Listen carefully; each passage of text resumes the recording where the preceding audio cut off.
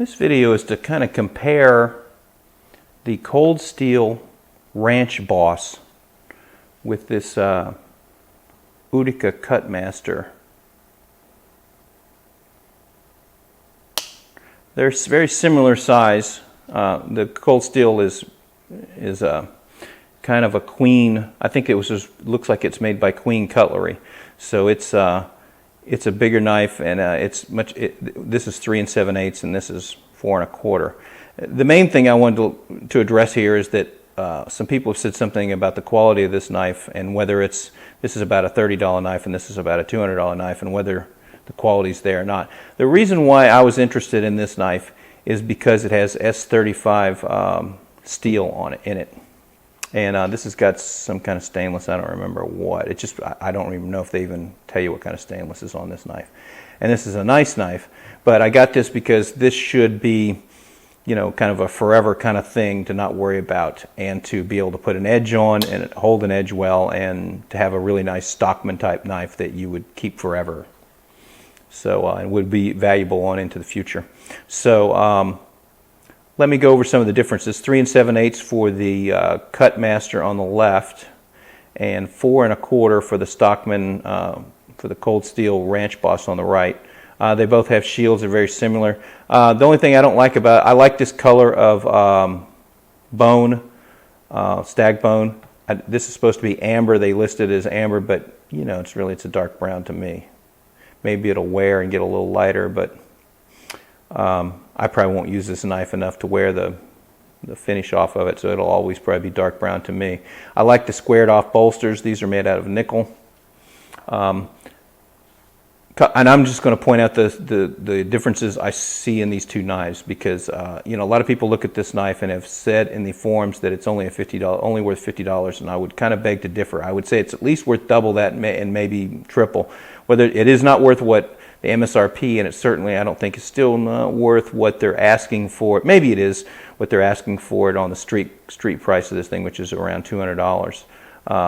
One thing that made it worth something to me was the S35 steel.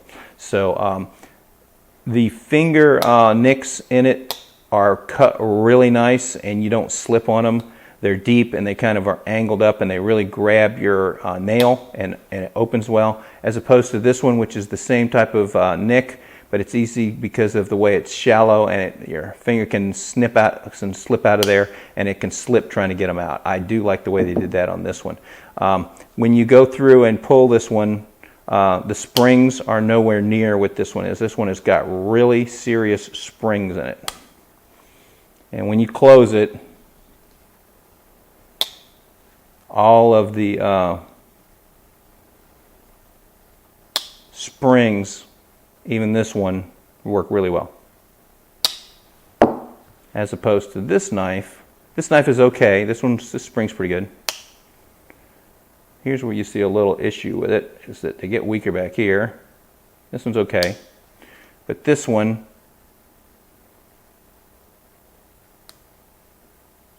the other thing is that there's a lot of room in this knife, because it's a big knife, that these two blades don't strike each other. And also, because the blades, somebody else mentioned that theirs had wobble in it. Mine doesn't have wobble in it.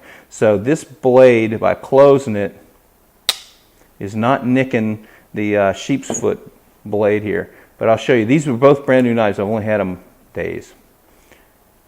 You can see on this blade right there, where it's got a half moon kind of thing on it, where it's scratched, because this blade has got a little side to side movement in it, and because they're very close, it's crowded in there. It's easy for it to strike, and immediately, as soon as you get it, it starts grinding a notch in this other blade, because they're close and the blades are not as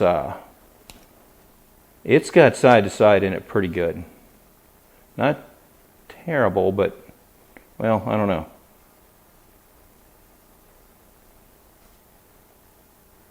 I don't know if you'll be able to appreciate that or not, but I can certainly feel it. I think this is a nice knife, but man, these things are pretty, they get some wobble in them. Someone said their Ranch Boss had wobble in it, but mine certainly doesn't. All the blades in this thing are tight, tight, tight, pretty tight. The edges on both of these knives were pretty disappointing out of the box. I'm going to have to sharpen these things. The sheep's foot has got a serviceable edge on it. Not super sharp, but sharp enough. But the rest of the blades on this thing were pretty bad. They're not. I mean, they're not terrible. It's a serviceable edge, but I'm used to my dad's knife when he carried it with him, and his was always like a razor every blade on it. So I'll have to sharpen this one. The blades on this one are edges really bad, and it's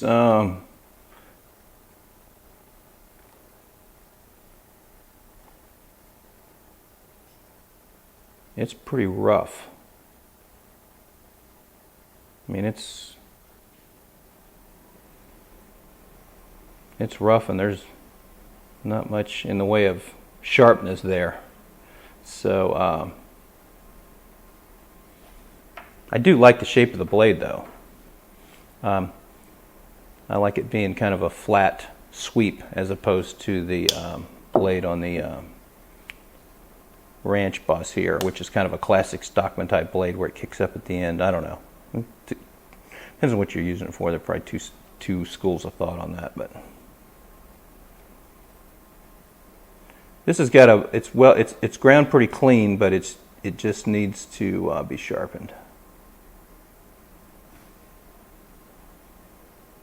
Some people will put off the name cold steel on here, but this is I think that looking at these knives, I'm no expert on, but this sure looks like it was made by Queen Cutlery to me. The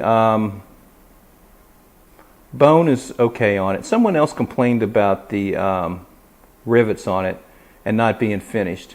Now there's some machining marks on these rivets, but I think what he was referring to is that when you ran your finger across, is that this one on this side, maybe this is this one, the bone is not finished quite as well around, and they stick up. You can see that they're a little tall. They stick up where you can feel them, as opposed to the KutMaster here. They're real flat, and that may be what he was talking about. I mean, this is very smoothly done here. They don't stick up at all. This has got brass plates in it, and as opposed to this one's stainless and nickel. So it doesn't have the two-tone brass effect, which is probably better in the long run, to tell you the truth. I don't know. Maybe the brass would be better. But one thing that I did notice on this one, which I'm not sure you can see down here, is down here by my nail, is that there's some kind of discoloration on the brass there that's I've tried to wipe off, and it's not coming off. It's almost like a stain from the stag that's on there, but it doesn't wipe off. Matter of fact, until I started trying to wipe them down, I didn't even see it, and it's almost like it appeared.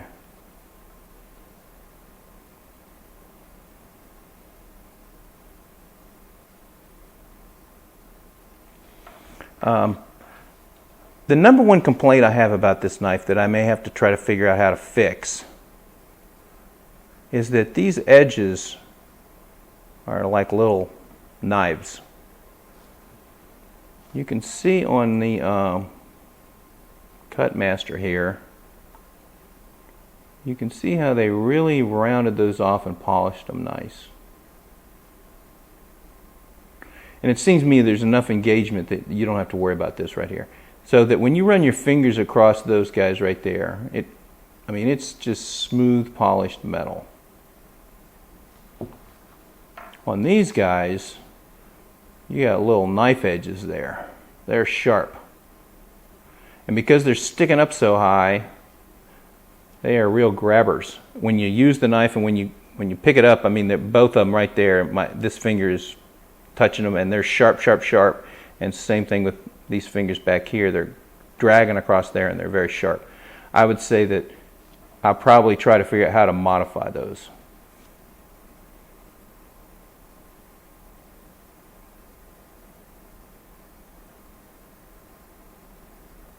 This is a very big knife. I kind of like the size of this other one, and if I could get this knife in that size, I'd be more interested in it. This seems more carryable than this guy right here. 3 7/8 versus 4 1/4. Weight wise, yeah, it's a little heavier, but that's not that big a deal. They did okay finishing these bolsters and stuff. The metal finish is okay on them. On the end pieces here, you can see some tool marks if you look a little bit, but it's not bad.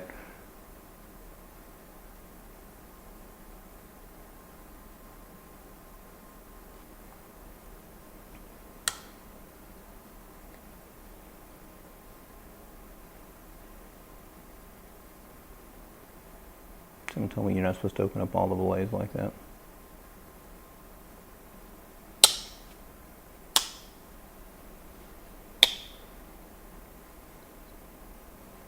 So I hope that if anybody has any questions about this knife, that maybe this will answer any questions they have about as far as whether the knife is worth anything. I would certainly say that a Queen number 49, if it had S35V steel in it, you know, I'd be all over that in a heartbeat. I think they're the same knife basically, so I think this is made by them. But you know, if you could get one of those for considerably less money, to me it'd be the same knife. It's got a little bit different nick system on it on the blades, but that's about it. So if you have any questions, feel free to ask. I hope I got enough close-ups here of things that you may be interested in looking at.